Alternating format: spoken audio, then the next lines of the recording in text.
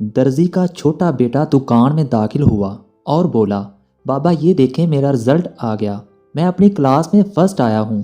مبارک ہو بیٹا، یہ تو بہت اچھی بات ہے، درزی نے خوش ہوتے ہوئے کہا اور اپنے کام میں مصروف ہو گیا۔ مگر بابا آپ نے وعدہ کیا تھا کہ اگر میں فرسٹ آؤں گا تو آپ مجھے زندگی گزارنے کا ایک بہترین سبق سکھائیں گے۔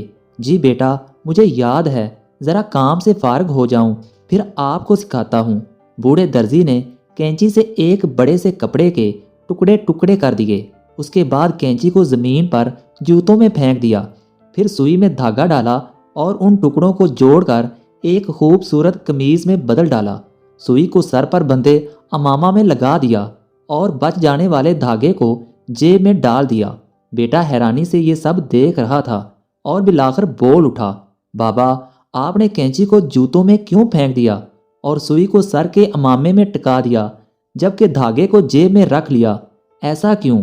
بوڑھے درزی نے بیٹے کی بات سنی اور مسکرا کر بولا، بیٹا وہ بڑا کپڑا ایک خاندان کی طرح تھا جس کو کینچی نے چھوٹے چھوٹے ٹکڑے بنا دیا۔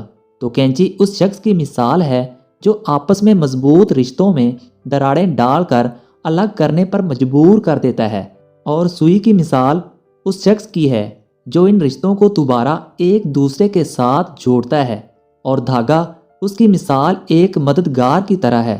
جب تک یہ سوئی میں نہ ہوگا یہ سی نہ سکے گی۔